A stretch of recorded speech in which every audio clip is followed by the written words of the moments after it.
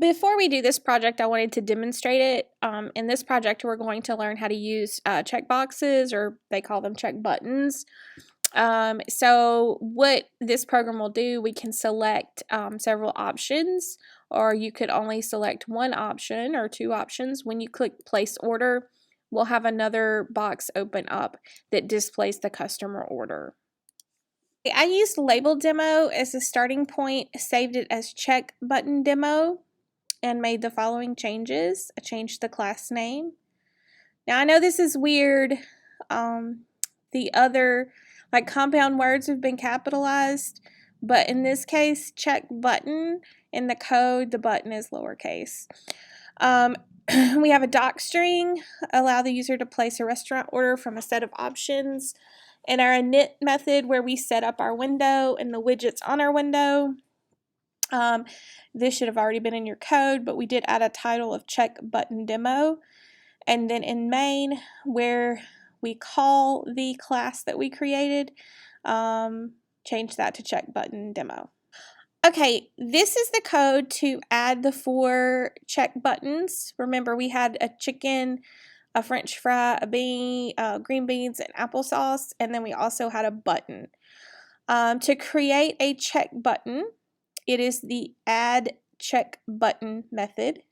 Again, notice that this B is not capitalized in button.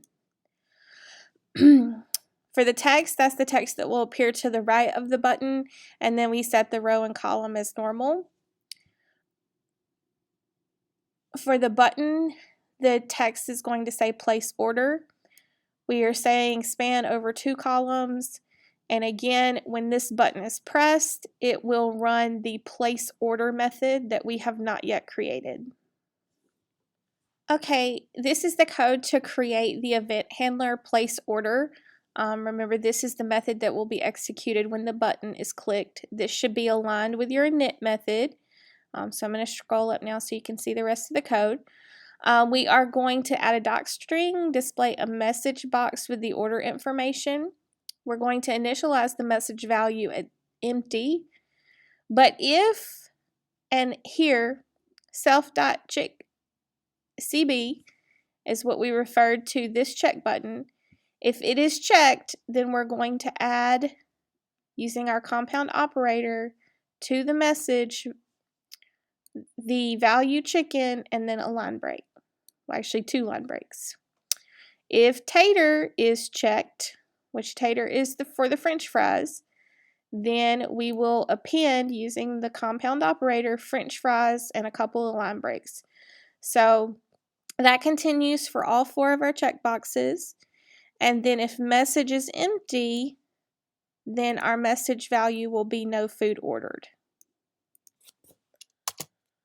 For the message box that will appear, so we're going to have that little pop-up message box that we looked at in a previous tutorial. The title will be customer order, and we're setting the message value of that message box to our message variable, which will store all of the food that was selected.